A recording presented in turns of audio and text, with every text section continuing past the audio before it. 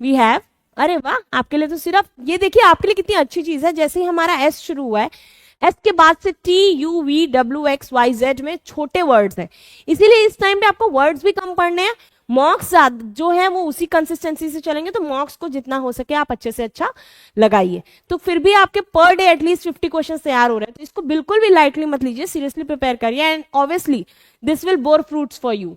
Okay, चलिए mock paper जल्दी से सॉल्व करिए बिना टाइम वेस्ट करे हुए। ये क्वेश्चन पेपर एनडीए 1 2023 का है, जो कि पूरा एज इट इज आपके सामने मैंने ऑपोजिशन के लिए ले आया। पॉइंट क्या मैं मॉक में क्यों दिया ये बताइए, अभी आपने थोड़े मंथ्स पहले एग्जाम दिया, अगर आपको यही एग्जामिनेशन के क्वेश्चंस नहीं आते तो आप देख लीजिए कि आप कितने पानी में, और यू आर अ बिगनर, तो व्हाट इज बुरा कि अगर आप यहां से स्टार्ट करो ना, इट्स वेरी गुड कि you should start from here only. Now question is saying the parental support can fortify a child learning. बहुत ध्यान से देखना बेटा, पेरेंटल सपोर्ट एक पॉजिटिव बात होती है और वो बच्चे की लर्निंग के लिए कुछ पॉजिटिव ही कहेंगे, तो पॉजिटिव ये एक अजम्पशन हम लगाते हैं, जैसे अजम्पशन से चलेंगे। फोर्टिफाई पॉजिटिव मतलब होना चाहिए। अब हमने पहला अपना तरीका ढूंढा, सेकंड तरीका क्या है, ऑप्शंस। वीकन एक नेगेटिव वर्ड है, स्ट्रेंथन एक पॉजिटिव वर्ड है, देन अगेन इंकरेज एक एक्सक्यूज मी पॉजिटिव वर्ड है, और ब्रेस दोबारा से एक पॉजिटिव वर्ड है। तो पॉइंट यह है, पॉजिटिव तो 3 है, नेगेटिव 1 है, और अपोजिट फाइंड करना है, तो ऑब्वियस सी बात है कि सब मैंने अभी बताया था, 3 अगर एक ही टाइप के जा रहे हैं पॉजिटिव, तो जो नब से अलग जाता है वो आंसर होता है। आई बात समझ में? तो आंसर क्या होगा, वीकेंड। ये तो आंसर बता दिया। अब इसको समझते हैं मीनिंग क्या है। फोर्टिफाई का मतलब होता है जब हम किसी को क्या करने की कोशिश करते हैं, इंकरेज करने की कोशिश करते हैं, या फिर मोटिवेट करते हैं, या फिर स्ट्रेंथन करते हैं किसी एक्ट को करने के लिए, तो उससे हम बोलते हैं कि फोर्टिफाई करना। ओके, चलिए अब नेक्स्ट क्वेश्चन आपके सामने है। Now we can have another dazzling thought as an outcome of my brilliant research. उसने एक ब्रिलियंट रिसर्च की, ब्रिलियंट रिसर्च आपको खुद में दिखा रही है कि ये एक पॉजिटिव बात है। भाई किसी ने रिसर्च अच्छी की तो ये तो अच्छी बात है ना। तो we can have another dazzling thought, यानी उसके दिमाग में एक दूसरा थॉट आया, तो जब अच्छी रिसर्च की तो थॉट भी कैसा आएगा, अच्छा आया होगा। तो ये एक पॉजिटिव वर्ड है डैजलिंग। अब देखते हैं इसमें से क्या कोई पॉजिटिव है। सबको पता है स्प्लेंडेड एक पॉजिटिव वर्ड है, मैंने पढ़ाया है। ये वर्ड जो होगा इसकी स्पेलिंग ये है मर्की, ठीक है, ये देख लीजिए murky, and then it is dazing. Dazing कैसा वर्ड है, डेजिंग अगेन अगर हम जाएंगे डेजिंग के साथ, तो डेजिंग भी एक कहीं ना कहीं इमोशनली सैडनेस को रिप्रेजेंट कर रहा है। अब इमोशनल सैडनेस का तो यहाँ किसी तरह का रिलेशन ही नहीं है, ठीक। और next is fulgent. Fulgent again is the positive word. अब हम देखते हैं कि हमारे पास आया क्या, ये पॉजिटिव है, ये पॉजिटिव है, और वर्ड खुद में पॉजिटिव है, तो हमें फाइंड करना है अपोजिट। तो ये दोनों वर्ड तो नहीं होंगे, तो इसको तो पहले कैंसिल कर दो। बचा मर्की, जिसकी स्पेलिंग मैंने बताई थी आपको कि ये है, और डेजिंग। डेजिंग और डैजलिंग में बस छोटा सा अंतर है। अंतर ये है कि डेजिंग का मतलब भी कहीं ना कहीं पॉजिटिव सेंस में जाता है, डैजलिंग का मतलब भी जाता है, बट हमें लगता है कि दोनों अलग अलग साउंड कर रहे हैं, ठीक है। डेजिंग मतलब अचानक से चौंक जाना किसी चीज को देख के, ठीक। अब आंसर क्या हो जाएगा, मर्की हो जाएगा, क्योंकि मर्की मतलब होता है कि कहीं ना कहीं आप किसी चीज को नेगेटिव वे में सोच रहे हो, बहुत ज्यादा डाउन है या नेगेटिव सेंस में जा रहा है, ठीक। चलिए अब इसके साथ अपना नेक्स्ट क्वेश्चन पे आ जाते हैं। नेक्स्ट क्वेश्चन हमसे सिंपली क्या कह रहा है, क्वेश्चन कह रहा है the group held some clandestine meetings to resolve the matter.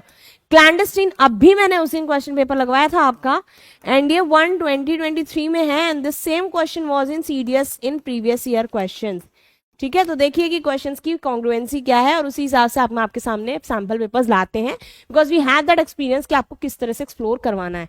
Now this is question, just give it an attempt, तब हम देखते हैं कि इसका आंसर क्या होता है।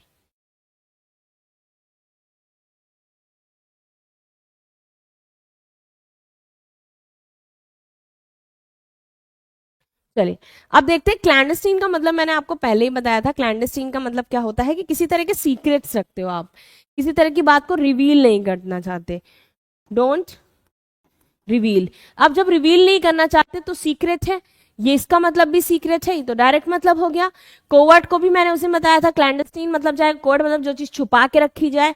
अगेन वर्ड आया sneaky, sneaky is also very important word, and this is same negative, that is secret रखना, कोई चीज छुपा के रखना, ठीक है। अब जब तीन वर्ड्स के सेम मीनिंग है जो कि नेगेटिव हैं, तो ऑब्वियसली ये आंसर तो नहीं होगा, तो आंसर क्या हो जाएगा? पब्लिक। ये आपने एलिमिनेशन से किया था। और अगर आपने पुराने सीरीज के डेज के कंटेंट को देखा है तो आपको इतना भी टाइम नहीं लगा होगा, आपने डायरेक्ट देखा होगा कि क्लैंडस्टीन का मतलब होता है सीक्रेट, सीक्रेट ये है, सीक्रेट ये है, सीक्रेट ये है, आंसर विल बी पब्लिक। ठीक है, डायरेक्ट आप कॉन्शियसनेस से वो क्वेश्चन कर सकते थे। नेक्स्ट आपके सामने क्वेश्चन आया, in the winters the country side view is bleak and the house is draughty. देखो, ब्लीक का मतलब नॉर्मली डल होता है, लेकिन अगर हम इसके कॉन्टेक्चुअल मीनिंग की बात करें कि जिस कॉन्टेक्स्ट में ये पॉइंट आ रहा है उसको हम बोलते हैं कॉन्टेक्चुअल मीनिंग। ये आपको कोई भी पर्टिकुलरली नहीं इस तरह से रिजॉल्व कराएगा, ठीक है, but still I am doing it just for your better convenience, कि आप इसको आसानी से समझ सको। कॉन्टेक्स्ट का मतलब होता है कि मीनिंग तो उसका है, लेकिन जब सेंटेंस में आया तो उसका मीनिंग क्या जा रहा है। तो इन the winters the country side view is bleak. तो कंट्री साइड कौन सा एरिया होता है? जो कंट्री के किनारे हो, यानी कि कंट्री साइड हम रूरल एरिया को कहते हैं। तो रूरल एरिया अगर ब्लीक है तो उसका मतलब क्या होगा? हरा भरा होना।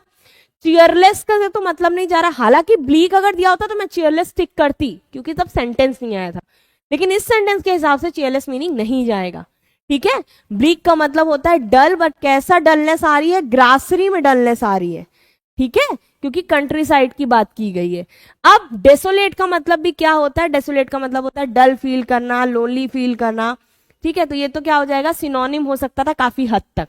बेयर का मतलब भी होता है कि बहुत ज्यादा डल या वेकेंट सा फील करना, खालीपन फील करना, then again it is negative.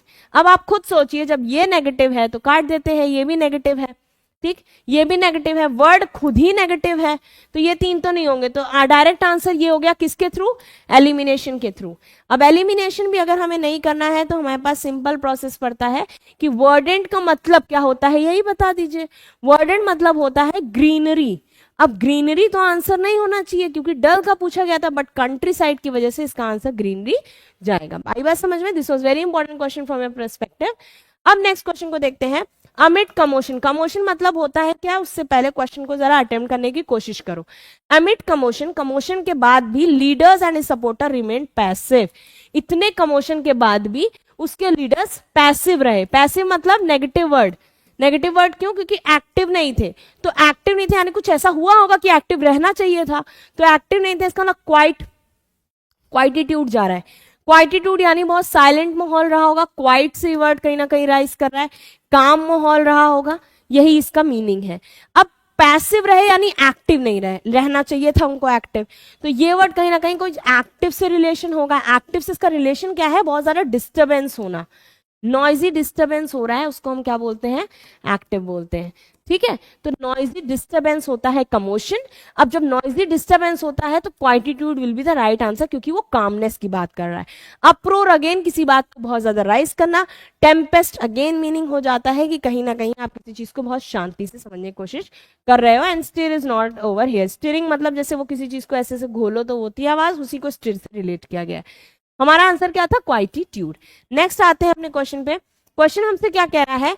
He had the audacity. Again ये वर्ड मैंने अपनी सीरीज के डेज में कराया हुआ है, दैट्स व्हाई आई बिलीव कि आपको आता होगा। फिर भी नहीं आता, अगर आप फ्रेशर हैं, फर्स्ट टाइम देख रहे हैं तो देख लीजिए। ही लेट द ऑडेसिटी मतलब बोल्डनेस की सेंस में आता है। इसको मैंने वैकैब बूस्टर में भी कराया है, प्रीवियस ईयर क्वेश्चन में भी कराया है और कैप्सूल में भी कराया है। अब देखते हैं, तो बोल्डनेस तो इसका सिनोनिम हो जाएगा, करना हमें अपोजिट है। टेमेरिटी का मतलब भी होता है कि कॉन्फिडेंस, ठीक है, कॉन्फिडेंस के साथ कोई चीज बोलना, तो जिसके अंदर कॉन्फिडेंस है वो बोल्ड रूप से बोल भी लेगा, तो ये क्या हो जाएगा? इसका सिनोनिम हो जाएगा। बचा क्या? यानी आप बहुत बोल्डली बोले, यानी आप पोलाइटली बोलते तो उसमें बोल्डनेस नहीं होती, बहुत मध्यम तरीके से बोल रहे, that is answer will be D. Coming to the next question. Next question हमसे क्या कह रहा है? They are making plans for abatement of the nuisance within a specific time.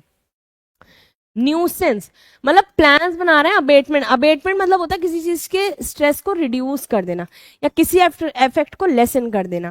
ठीक, अब चलिए ये याद गया आपको, सेंटेंस के हिसाब से आपको मतलब पता चल गया कि they are making plans for the abatement of the nuisance within a specific time, कि उस चीज को कम किया जा सके जो न्यूसेंस हो रही है। तो सब्सिडेंस मतलब तो इसकी सेंस में है नहीं। सब्सिडेंस मतलब किसी चीज को लो करना, नीचे की तरफ करना, जोग्राफिकल टर्म में यूज होता है, इसका मतलब यहाँ पे नहीं आया। एबिंग मतलब again is not coming over here. Mitigate मतलब भी होता है कि किसी के इफेक्ट को रिड्यूस करना, इसका मतलब भी होता है कि किसी चीज को लेसन करना या डिक्रीज करना, तो डिक्रीज होगा नहीं, लेसन होगा नहीं, रिड्यूस होगा नहीं, हालांकि ये क्या हो जाएंगे, सिनोनिम हो जाएंगे, है ना। और ये क्या था, ये पर्टिकुलरली रिड्यूस करने के सेंस में आ रहा था, तो ये तीन तो सिनोनिम हो गए। तो जब ये दो सिनोनिम हो गए और ये आंसर होगा नहीं, तो बचा क्या, एक्यूमुलेशन, तो answer will B accumulation, right. चलिए अब नेक्स्ट क्वेश्चन देखते हैं। नेक्स्ट क्वेश्चन हमसे क्या कह रहा है, देयर इज एक्सपोनेंशियल, एक्सपोनेंट्स पढ़ा है मैथ्स में, ऑब्वियसली जीएटी दे रहे हो तो मैथ्स थोड़ी बहुत आती होगी, ठीक। एक्सपोनेंट्स में क्या है, किसी चीज के राइज की बात कर रहे हैं। जब कोई चीज राइज कर रही है तो क्या है, एक्सपोनेंशियल है। तो एक्सपोनेंशियल में रैम्पेंट क्या होता है, रैम्पेंट का कोई सेंस ही नहीं बन रहा है यहाँ पे, मैंने पढ़ाया है पहले। ऑगमेंटेड मतलब कोई चीज शुरू करना है या किसी चीज को बढ़ाना, तो ये भी नहीं होगा। एग्रेसिव मतलब गुस्सा करना, ये भी नहीं। एक्सपोनेंट तो पॉजिटिव वर्ड है। तो मियागर मतलब क्या होता है, कम, किसी चीज की कम मात्रा होती है तो हम उसको मियागर बोलते हैं। मियागर भी मैंने प्रीवियस ईयर क्वेश्चन पेपर में भी कवर किया है, प्लस वैकैब बूस्टर में भी कवर हुआ है। आप प्रीवियस ईयर के जितने मतलब क्वेश्चंस मैंने लगवाए हैं डे वाइज, वो देख लीजिए, आपके मैक्सिमम क्वेश्चंस होने लगेंगे, ठीक। चलिए अब आते हैं नेक्स्ट क्वेश्चन पे। नेक्स्ट क्वेश्चन क्या कह रहा है, he was known for his sagacity. Sagacity किससे आ रहा है, सेगेशियस से। सेगेशियस वर्ड आपको लगवाया है। सेगेशियस का मतलब होता है जिसमें निपुणता होती है राइट चीजों को पहचानने की, टू नो राइट, ठीक है, सही चीजों को पहचानने की। या बहुत ही कॉन्शियस होता है, बहुत ही ज्यादा कॉशियस होता है। तो वो अगर कॉशियस है तो प्रूडेंस का मतलब भी वही है, ये हो गया सिनोनिम। विजडम का मतलब भी वही है, ये भी हो गया सिनोनिम। एंड अगेन सेपियंस का मतलब भी वही है कि वो हो गया सिनोनिम। जब तीन सिनोनिम है तो ले देके बचा क्या, इग्नोरेंस, जो कि इसका आंसर हो जाएगा, जिसको नॉलेज नहीं है, जो कि ज्ञानी नहीं है, जिसको किसी बारे में पता नहीं है। Now, last but not the least question, this is very important for you.